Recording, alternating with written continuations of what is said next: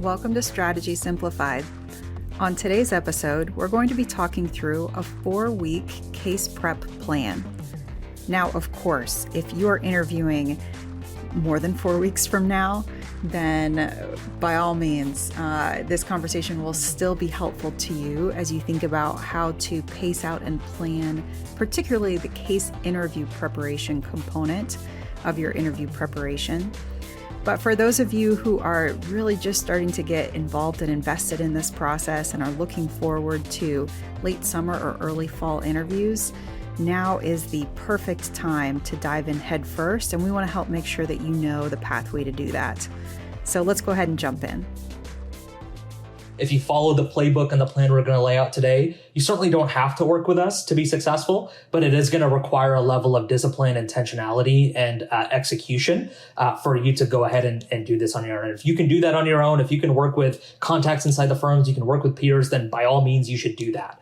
But for those of you who want to work with us, you're more than welcome to do that as well. So what I'm going to do now is I'm just going to let you know what's coming down the pike here for the next few minutes. That's going to give you another minute to grab your pen and paper, and then we're going to move right into the pretest. So we're going to do this market sizing pretest. We're then going to talk about how our recommended approach incorporates drills to give you the best chance at success inside of the case interview. We'll walk you through our recommended prep timeline as well, and then we'll leave plenty of time for Q&A also. So stick around at the end, and you can ask me and Stephanie all the questions that you have. We're here to help and answer those today. So Stephanie, if you're ready, let's go ahead and launch into our pretest. Here is your prompt for today, and we're going to give you 2 minutes to do this. So size the market for refrigerators in Toronto. We're not going to give you any other information. So you can ask, but we're not going to answer. And if you really want to simulate the interview environment, you're not going to Google anything. You're not going to use a calculator. You're just going to, with pen and paper, start to size the market. And I'll tell you this, I'll be nicer than Stephanie. Your final goal here is to get to a number. So take 2 minutes to see if you can get to a number. And Stephanie, if there's anything else you want to add, I'll let you go ahead and do that. Well, we'll just kind of keep chatting a little bit. As you start, please start working through this problem. Naman said use pen and paper. Now, for those of you just getting started in this process, you should know that's the way you're going to go into your interview. You may have digital assessments, some things on the computer as you go through this process, but the real interviews are those one-on-one interviews. You're across the screen or across the table from an active consultant who's leading you through a business case prompt. You can't use a calculator. You can't access the internet. You can't have your phone nearby. Even if it's a virtual interview on Zoom, you can't be punching away at your keyboard. It makes the interviewer wonder whether or not you're cheating, whether or not you're looking at pre-prepared resources or looking up information. We go old school in case interviews. We use pen and paper. So you need to practice with pen and paper. I recognize we probably have a mixture of different levels of folks in this group today in terms of where you're at overall in this process. So we'll try and speak to some of the introductory level stuff, but also, walk you through some of the key tips and tricks of what it takes to do this case prep plan. Where are we at on our timer, Naman? We've got about another minute left. All right.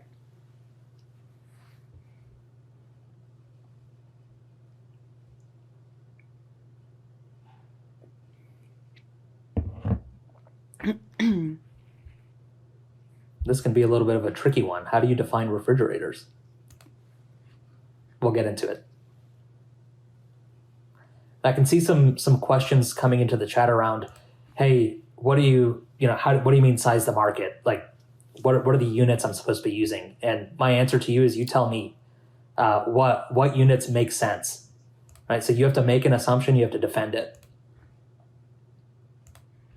What is the population of Toronto? Make an educated guess.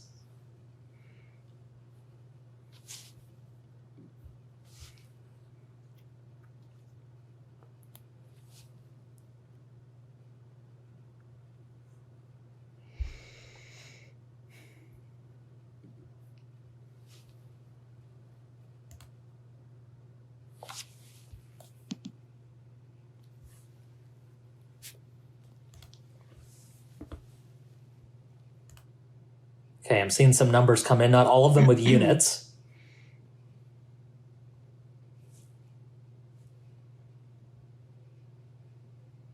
All right, and that's time. That's 2 minutes. Time flies when you're having fun. And that should hopefully give you a sense of the type of time pressure that exists inside of the case interview as well. You have to have that internal sense of timing.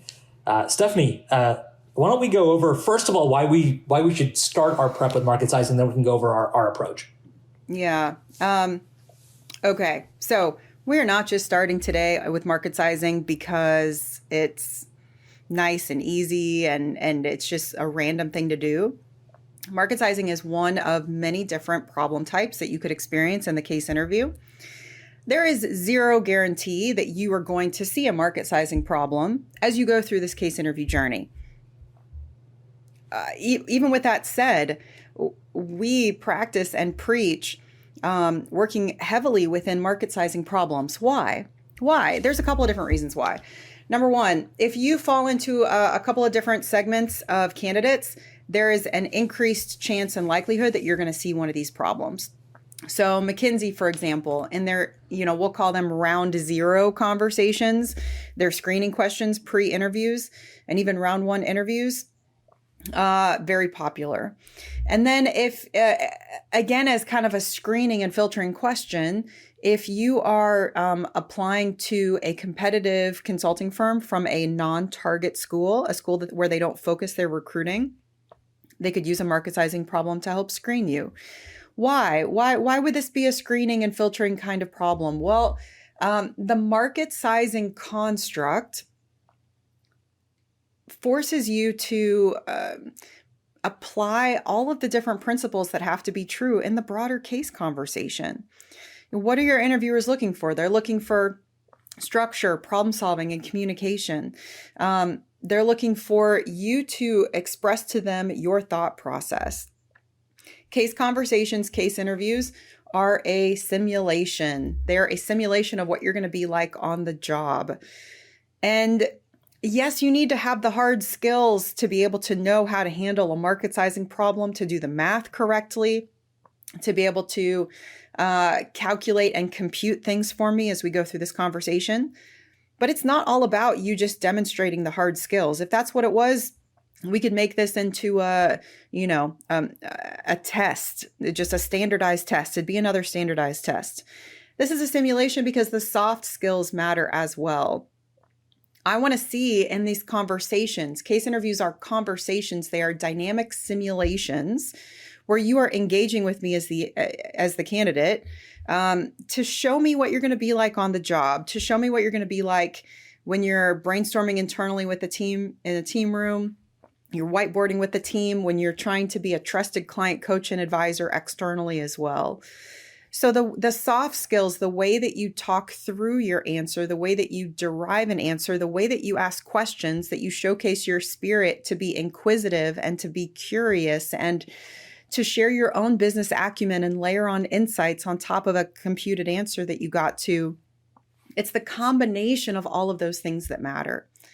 You have to demonstrate all of those component parts when you walk through a market sizing problem. Now, the broader case interview, it depends what level you're at, which round you're at, but these case interviews are going to last anywhere from 20 to 60 minutes long. That's quite a range. On average, the average consulting case interview, full case interview, is going to be 25 to 35 minutes long. 20 to 35 minutes long. That's a lot to practice. It's a lot to bite off and chew. When you think about your own case practice plan, we're going to get into the details as we go through this conversation. It takes a long time to be able to start through that process. Yeah, you're going to go through this case in 20 to 35 minutes when you're on the game day of the interview. You're game day ready. You've put in the practice and prep. When you start this process, it takes a lot longer to get through your first few cases. It's a lot to bite off and chew. There's a lot of also component parts you've got to learn about, and you've got to then practice. What does it take and what does it look like to get through a good opening sequence and the structure component and math and non-math questions and the recommendation? We don't have time to get into all those component parts of the broader case interview today and really teach on it. But there's beauty in the market sizing question in that we have to demonstrate all of those component parts in a smaller bite-size piece. So market sizing questions, to work through them, are going to take us anywhere from 3 to 5 minutes. It could take up to 8 minutes to talk through a market sizing question, but on average, it's going to take us 3 to 5 minutes. And we're going to have to exhibit structure, assumptions, calculations, insights, problem solving, communication, all the things that our interviewer is going to be looking for in the longer, broader case interview conversation. When we think about your case prep practice plan, you need to learn and understand a couple of things, right? It's a simulation, not a test. We've covered that. This is a muscle that you need to build. Number 2, instead of a set of things to memorize and then just activate. To be able to be successful in the case interview process and work successfully, not only to crack one case, but over a multitude of case conversations and multiple rounds, it has to be instinctive. It has to be a muscle that you've built over time so that you can go in and that you can attack any case question that's given to you.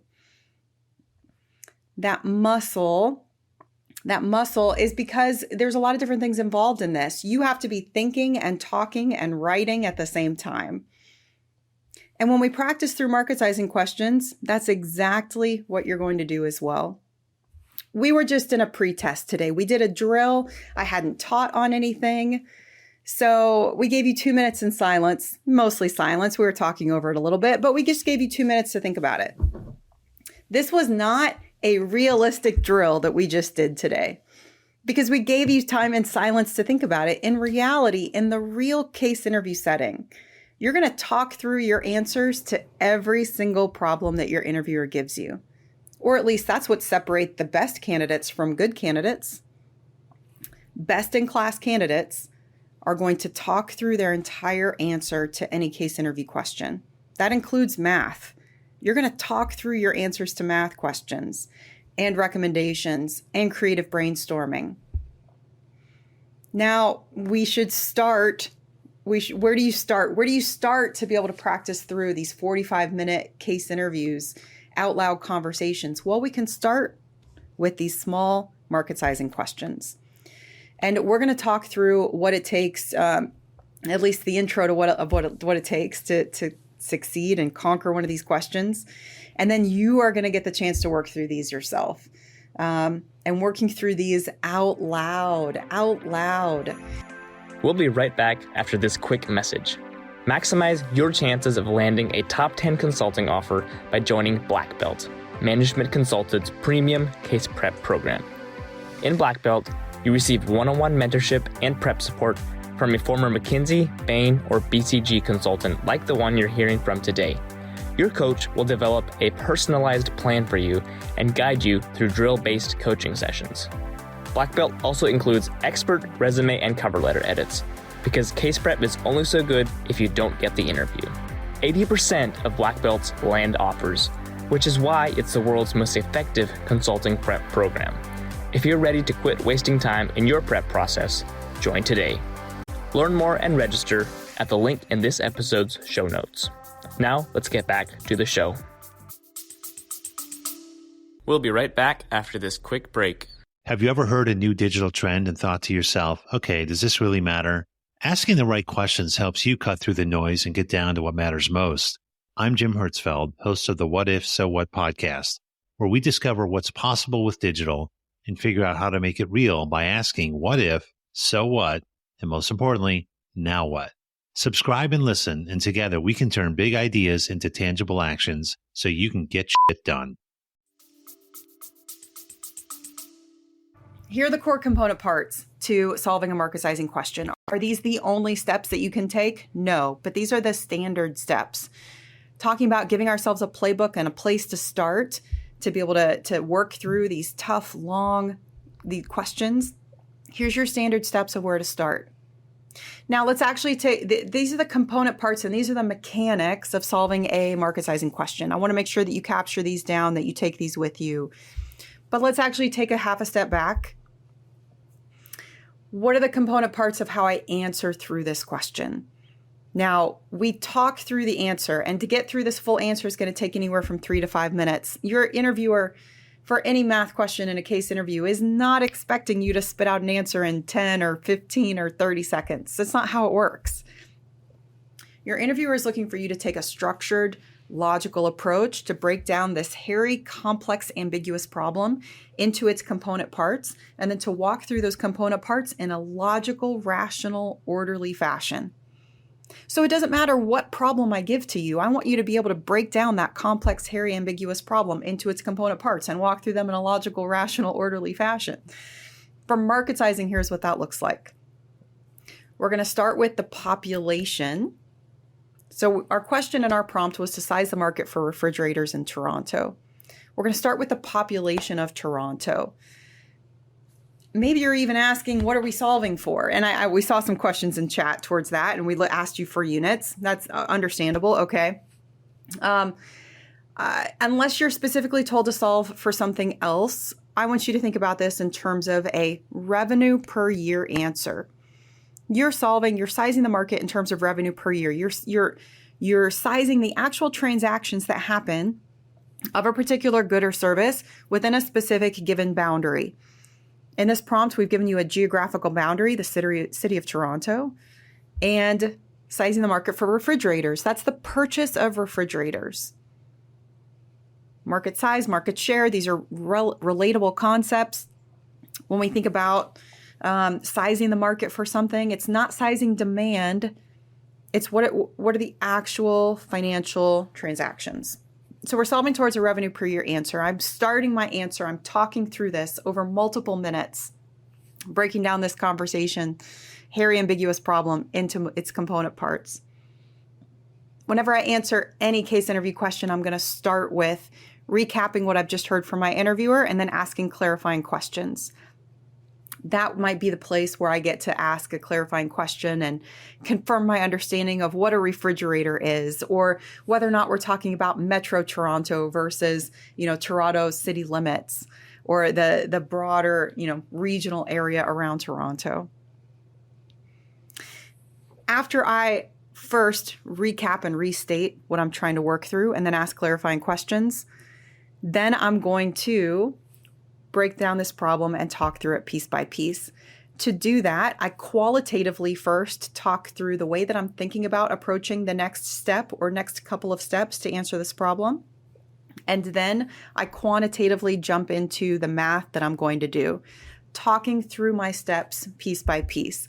I'm using my paper in front of me to capture down notes and to capture down calculations as I go through the answer, but I'm not using it to do the mechanics of the math. Best-in-class candidates are going to do their math out loud. So what are the mechanics of how we go through this problem? We start with population. That's going to be the population of Toronto. Now, the first time I come across a question with an interviewer, and I have a piece of information that I want, but I don't have, I'm going to ask the interviewer for that directly. I'm going to say something like, well, the first thing that I want to do to be able to solve towards a revenue per year answer is to be able to start with the population of Toronto. Do we have any data on that?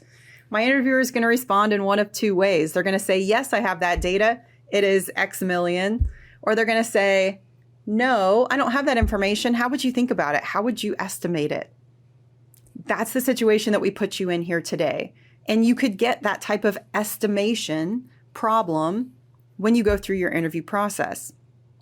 If you're put in this situation and the interviewer doesn't have the data to give you, you are going to have to come up with the numbers yourself, providing the rationale for why you think that is what it is, using comparison points, examples, analogies from your own professional or personal background and experience, and then move through with the numbers that you've chosen, the mechanics to get to that revenue per year answer. No consultant is worth their weight in salt if they just pull numbers out of thin air. You can't do that professionally. So in interviews, we can't do that as well. There's got to be some type of evidence base or rationale that you can provide to be able to, give your guesstimate. And you've got to deliver that with confidence and poise and gravitas to be able to show me in this simulation what it's going to be like as you walk a client through an answer or give a presentation.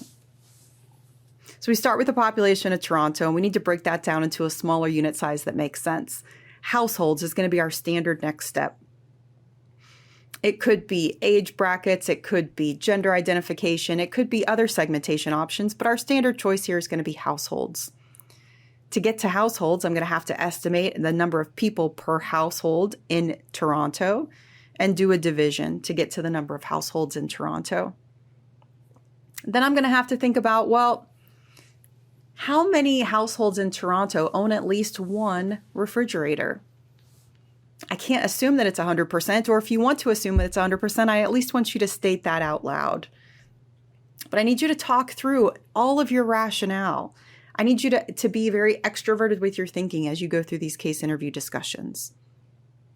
So I take the number of households that I have estimated for Toronto, and I'm going to multiply that by a percentage of ownership. How many households own at least one refrigerator? And then of the households that own at least one, how many do I think that they own? On average, do you think it's one refrigerator? Do you think that it's two? Is there a different segmentation that you want to do here to be able to provide that nuance to the answer? You're going to approach every single market sizing question with the express nuance of the exact question that you've been given. Sizing the market for refrigerators in Toronto, it makes a lot of sense to go from population to households to percentage ownership.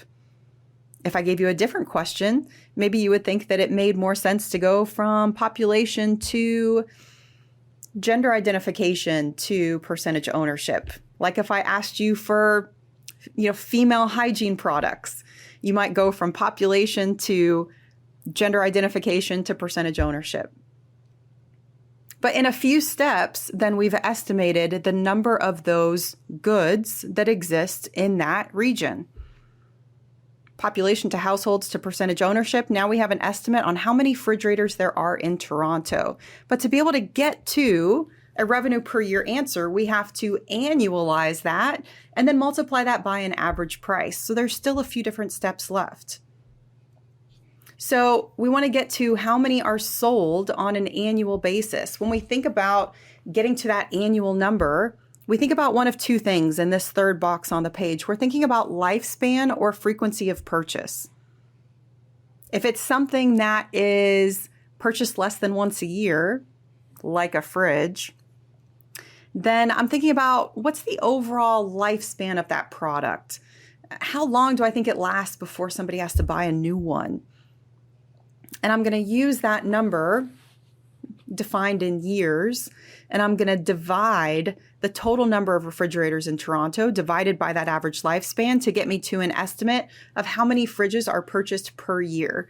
I'm assuming equal purchases in, and also kind of, these items kind of biting the dust and leaving the pool. I'm thinking about a static pool of these refrigerators in Toronto. How many of them are purchased? If I assume average and equal purchasing year over year, how many are purchased annually?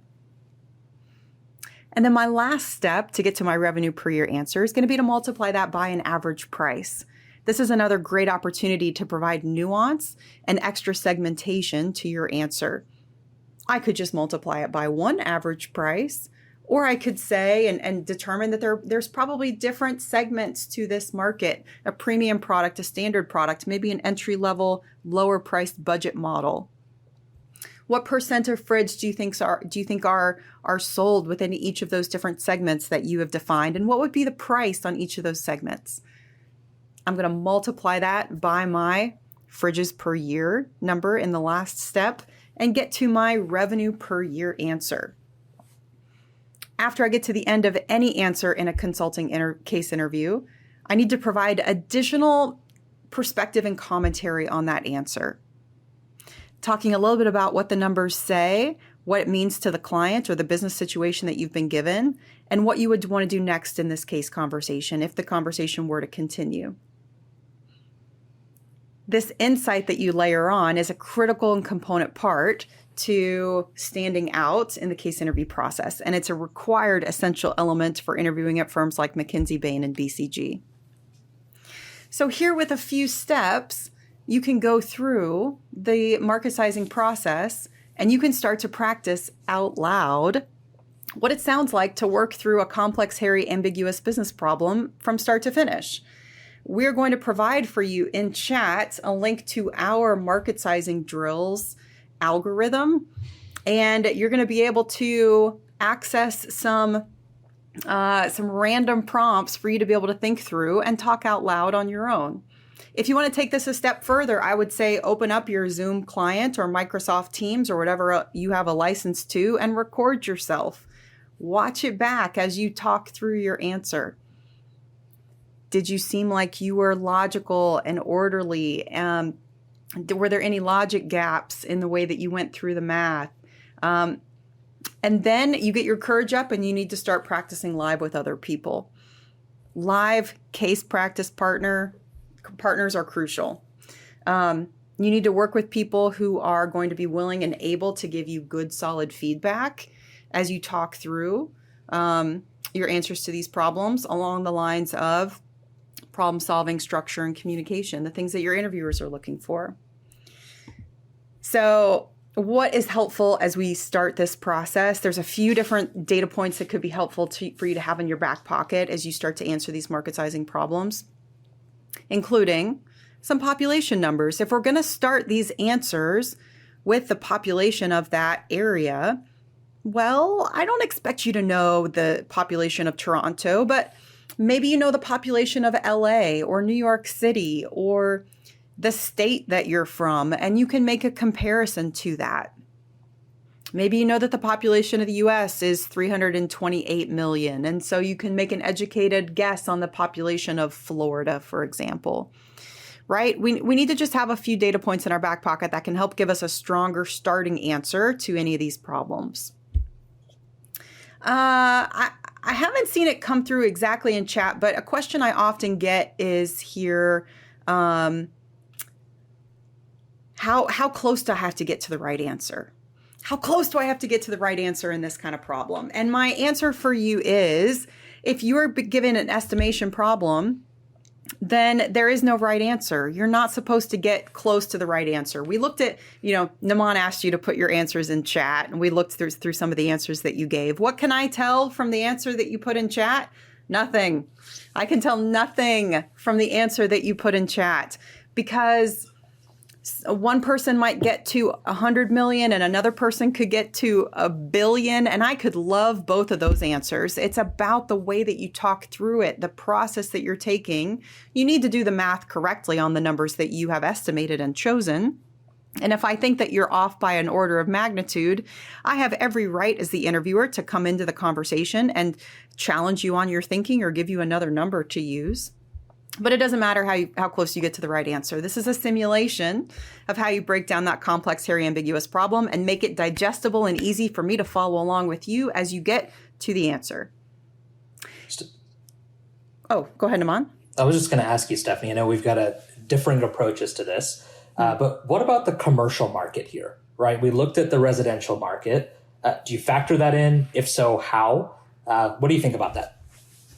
So in terms of when I start to answer this question, we talked about, I'm going to recap what I've heard from the interviewer, and I'm going to ask some clarifying questions. One of the clarifying questions I might choose to use up front would be, am I sizing just the residential side of this market, or should I consider commercial as well? So an approach that I like to use is to assert that I'm going to start by sizing the market for residential fridges in Toronto. And then I'm going to walk through my answer from start to finish. After I get to the end of my answer, the steps that we took here, I'm going to layer on additional perspective and commentary and insights, and perhaps say something like, well, I could also account for the size of the commercial market on top of this, or even go through a full process again to size the commercial side of the market if we have time for that, if you're interested in that. And 95 out of 100 times, Naman, the interviewer is going to say, oh, nope, I think we got everything that we need. We can go ahead and move on. Because the interviewer isn't seeing if you can get to the right answer. They're seeing whether or not you can go through this process from start to finish, and how well you communicate along the way, the structure that you take, whether or not you're doing the math correctly based on the numbers that you choose. So I don't need to overcomplicate it for myself. I'm going to state and solve for the residential side of the market. If I do get pushed 5 out of 100 times to be able to size the commercial side of the market, I'm going to take a very similar approach.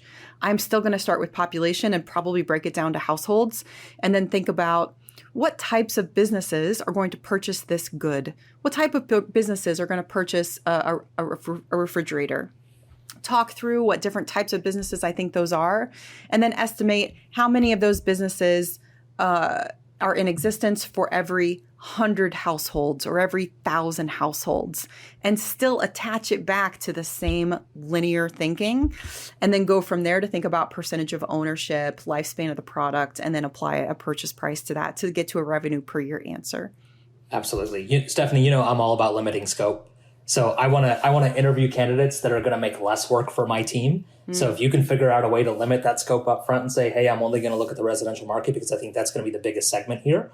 I love that, right? So don't make more work for yourself. And if you don't make more work for yourself, then what you're really communicating to me is I'm not going to make more work for the team either if you hire me.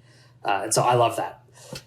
As we move towards introducing this kind of more full summer case prep plan here, let me just give y'all who are new to us a little bit of an introduction to who Management Consultant is, what we do, the types of firms that we help our clients break into. So we have a ton of free content on the website. It's always been free. It always will be free. We've got a salaries report. We've got a firm directory. We've got the market sizing drills that Stephanie mentioned. We've got a free case course. We've got free cases on there.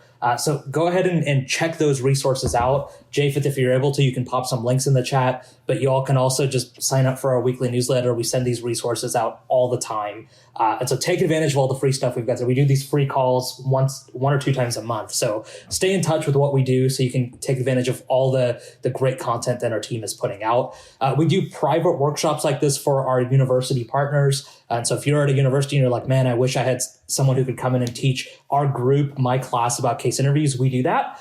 So let us know if we don't come to your university, and we'd love to start that conversation. We've got a ton of self-study training materials on the website as well. You can go through our full online asynchronous curriculum. And then we do one-on-one editing and training as well. I know I mentioned that at the top with Black Belt and some of the other programs that we have. So if you want to work one-on-one with a coach like Stephanie to prepare for case interviews, or if you want us to edit your resume and your cover letter before you apply, we can do that as well. So it's a little bit of who we are and what we do. And overall, our clients land offers in 170 different firms, not just consulting, right? There are companies like Capital One and JP Morgan and Amazon and Meta and AT&T and Google and others that use case interviews. And these same best practices apply to case interviews outside of consulting as well. So when we get to the Q&A, if you have a question about a firm that you think is niche, or if you have a question about case interviews outside of consulting, chances are we've helped somebody break into that firm or that company. So fire away, ask us, and we probably have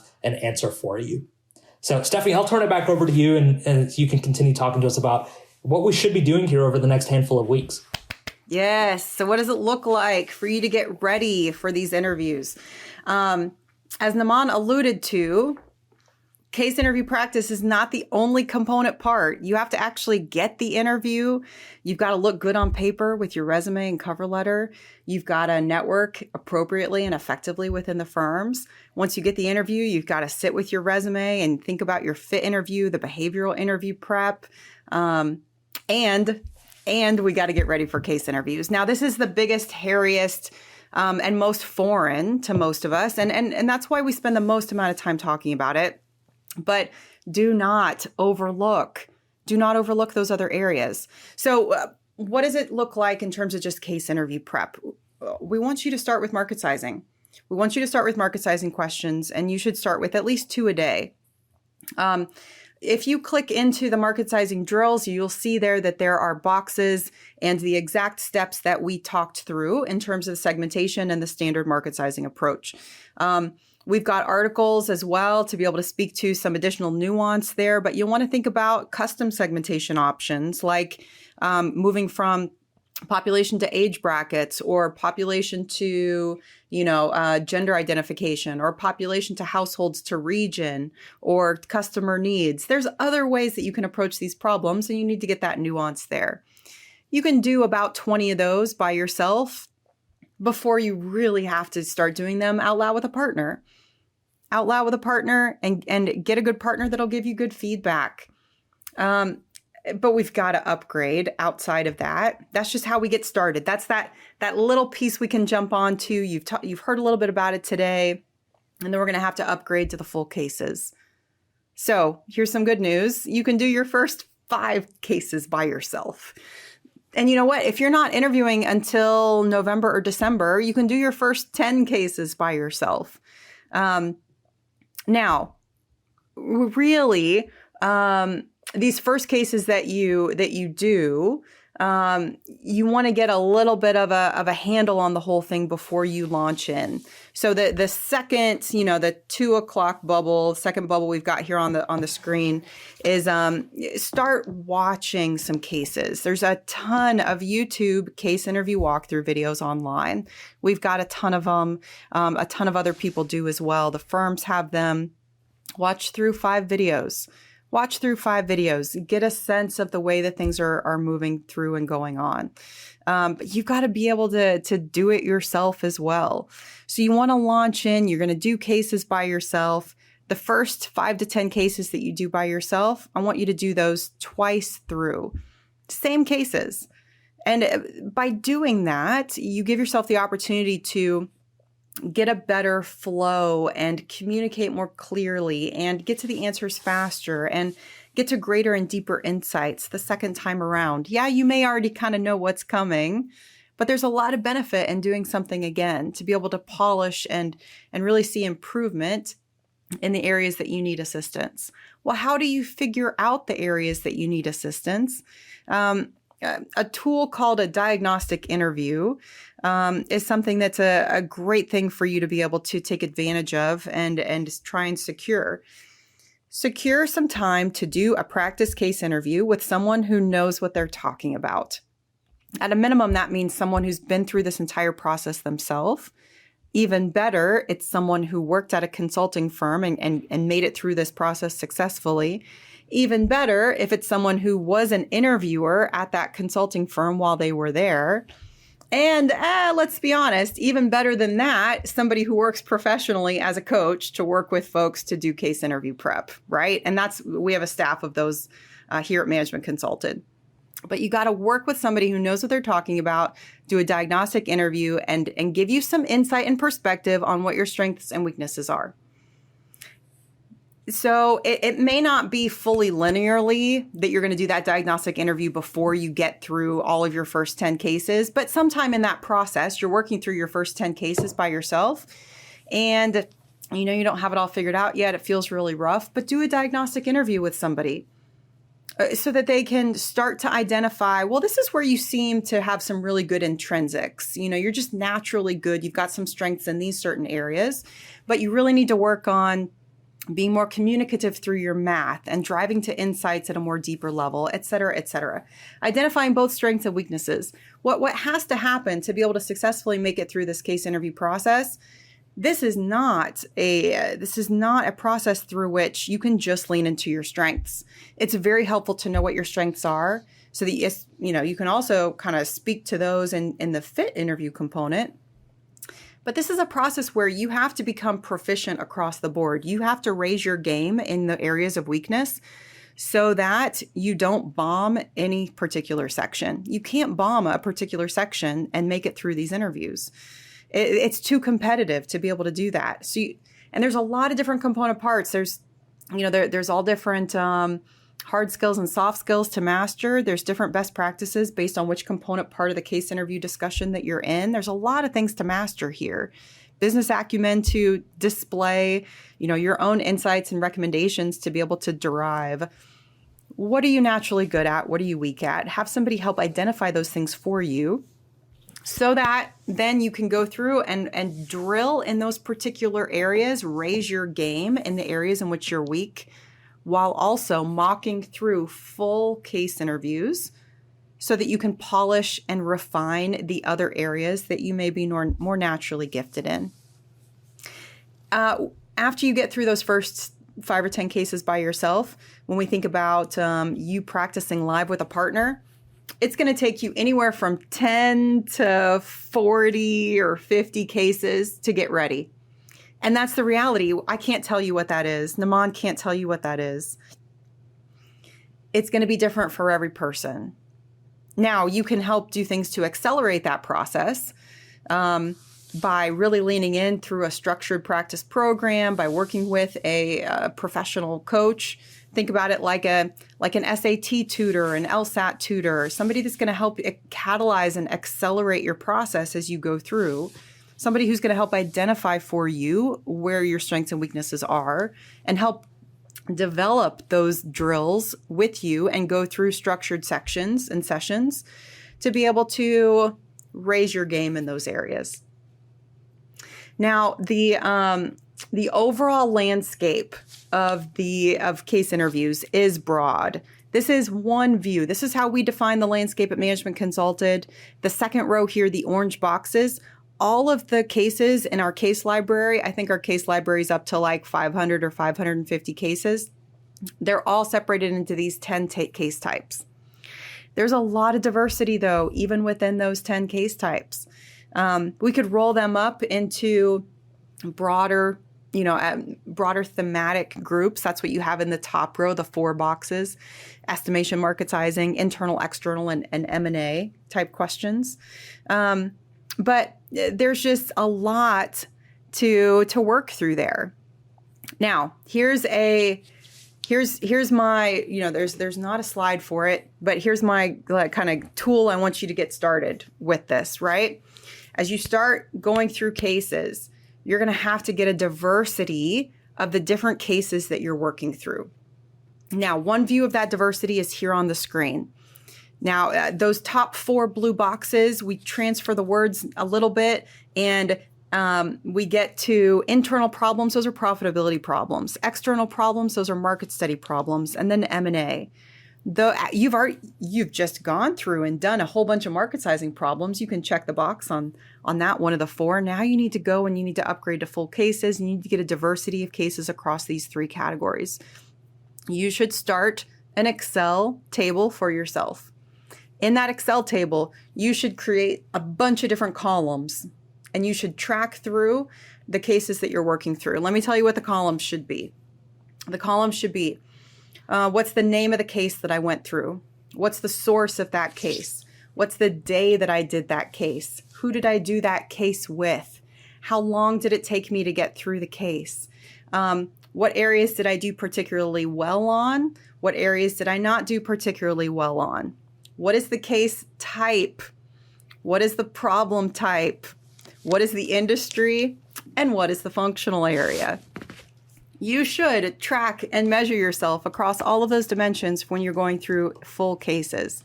You need to give yourself diversity on the case industry, on the case functional area, on the case type, and the case problem type. Now, working with a structured case bank like we have at Management Consulted can help you in that process. We have all of our cases listed out across those variables. Working with a case coach can help you get diversity across that because they're going to help you across your set of coaching sessions get diversity in problem types and also really focus on those areas where you're weak. But here's, if you're doing this process by yourself, here's our recommendation on this page. You do your first 4 in profitability, internal problems. You do your next 4 cases on market study. Those are more external problems to your client. You do 2 on M&A, that's mergers and acquisitions. And then after you've gone through those first 10, again, you're going to go through those first 10 twice through. Then there's no excuse. Step 4, you get with a partner. You get with a partner. And you try and get to greater levels of depth of insight. What we have on here is level 1 versus level 2. All of our cases in our case library have example case answers for you. That's not only for the answer key for the math, that's example answers from start to finish. What could the structure look like? What would the creative brainstorming answer look like? What could the recommendation sound like? And we not only give you an example answer, but we give you different levels of that answer. A level 1 answer might be acceptable. A level 2 answer is better. Give you some perspective and some different opinions on what different answers could be. As you go through this process by yourself, step 4 and onwards, you're working with a partner, you're trying to get to a greater level of depth of insight. It's going to take you anywhere from 10 to 40 or more cases with a partner to be ready. And you've got to get into some, you got to give yourself a few tricky kind of creative or advanced ones as well as you get closer and closer to the interview. Now, those of you, we know we've got some of you here with quick timelines and turnarounds. So to get even more specific on this, here's what it looks like. Over the next 2 weeks, you need to not only go through market sizing problems, but you need to really get your feet wet into full cases. If you're going to be preparing now for interviews in August, you have an accelerated timeline. For those of you who aren't looking to interview until November, December, or January, we can expand this a little bit, right? But those on a 1 to 2 month timeline, we got to be efficient because through the end of June and then early into July, you have to fully master the core frameworks that it takes to structure and create a custom framework up front in the case conversation. You've got to be able to blend those frameworks together and provide a customized case framework presentation to every interview discussion. And you really have to have sat with your resume and worked on the behavioral component as well. So that by the time you get to the day of your interview, you're ready to go. You've built this muscle. It's a muscle that we have to build. It's not, can I memorize all the things and just spit it back out? And I hope on the day of the interview that I get a case that looks like a case that I've done before. That shouldn't be our mindset at all. This is not a standardized test that I'm going to pass or fail. This is a simulation that I need to build a muscle and a mentality to become ready for as I go and I simulate what I'm going to be like on the job. My mentality going into this interview is, I'm excited today to chew on a tough business problem with a future colleague. That's got to be my mentality. It takes time to build up that mentality as well. In addition to building the muscle of thinking and talking and writing at the same time over 20 to 45 minutes to start from scratch and end up with a clear-cut directive recommendation about what your client should do to be able to meet their objectives. Oof. And on that game day, to be able to get through that interview in 20 to 45 minutes, I got to be able to do my math fast. I have to be structured, but also creative while in brainstorming. I have to be comfortable and equipped to interpret and derive insights from all different types of charts, graphs, and exhibits. And I have to, in my practice preparation, give myself exposure to a diversity of problem types, industries, and functional areas so that I can use the language and some knowledge of that corner of the business world and bring that into this conversation. Now, what does it look like if you were going to work with us? We'll tell you what it looks like. You know, our Naman told you up front that we've got these black belt cohorts. If you purchase at least 8 hours of coaching with us, then you become a black belt. And 8 hours, here's how we would spend those 8 hours with you. First hour up front with the coach. And by the way, it's the coach of your choice, scheduled at your discretion. You don't have to use all the hours in the month that you join the cohort. They don't expire. You get access to the Management Consultant platform and all the resources and drills that we have on there. That doesn't expire. You can buy a package of 8. You can buy a package of 16 or 24, right, Naman? Like it just, but 8 or more, you become a black belt. And here's how we would spend that 8 hours with you. First hour is going to be a diagnostic interview. Where are you naturally strong and weak? The case coach is going to use that diagnostic interview to be able to then put a plan together for you. How should we spend the remaining time that we have together? And they're going to give you that plan, and you could choose to spend part of those time. You could work your entire package with the same coach. You could work your package with different coaches across the sessions. My recommendation is you do the majority of them with one coach, but then branch out at the end as you start to refine. But based on where you're at, we're going to help put a plan together for you. Our coaches only work with us here at Management Consulted. They're not working across different systems and approaches. They're going to put a plan together to you that's going to work with our teaching and our platform and our resources. We may have structured sessions to be able to work on the places where you need the most assistance, whether that's structure or math or even fit interview components. Maybe it's driving insights. Maybe it's driving to recommendations. Maybe it's your confidence. Maybe it's working with complexity in charts. We're going to have some focus sessions, but we're also going to have full 1 hour case interview run-throughs.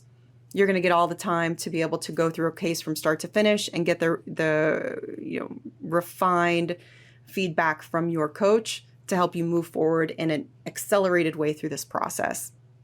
By the time you get to the end, you might be working with new and different coaches and dress up and fully simulate that, be ready for this conversation and be game day ready for your interview. So there's a lot here. I'm going to pass it back over to Naman, kind of remind you of the opportunities that he spoke to at the beginning to work with us, and then we'll make sure to hit some more of your questions that we got here in chat. Yeah, absolutely. Great job, Stephanie. And I'll just say, whether you work with management consultant or not, this is the plan we'd recommend. So if you have access to expert partners elsewhere, whether that's at your university, whether you've got contacts inside the firms, you can work with them. Follow the same plan. It works. It's proven. Thousands of successful consulting candidates over the last 10 years have followed it on their way to an offer because it's structured while still allowing for that tailoring to your timeline, your gap areas, and the firm styles that you'll be dealing with. So take this for what it's worth, screenshot it, and if you'd like to work with us, we would love to work with you. Thanks for joining us today. I really hope that this discussion was helpful to understand not only what's important in this process, but how to pace it out. I think that balance of mocking through full cases, but also drilling in the areas in which you're weak is really important. And so, as we said it before, I will double down here.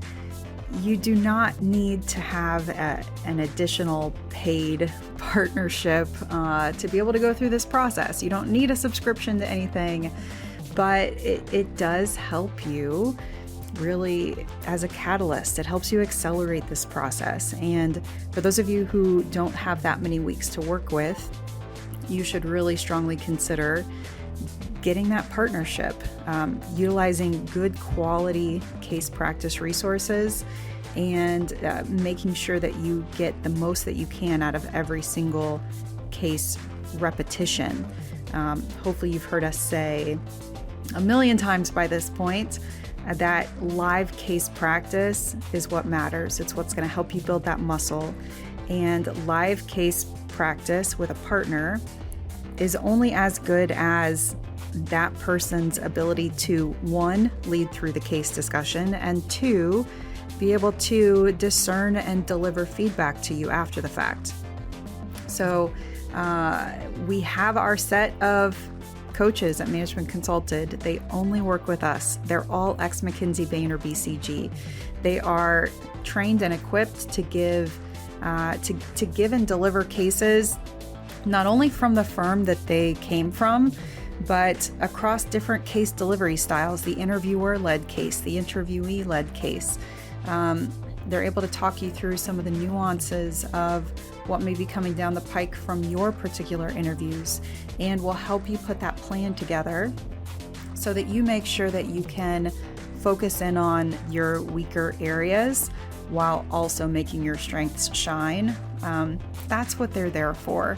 So really encourage you to take a look at our offerings. If you haven't ever taken a close look before, maybe now this is the time to do it. You can get as little as 1 hour with one of our coaches, or you can buy a package.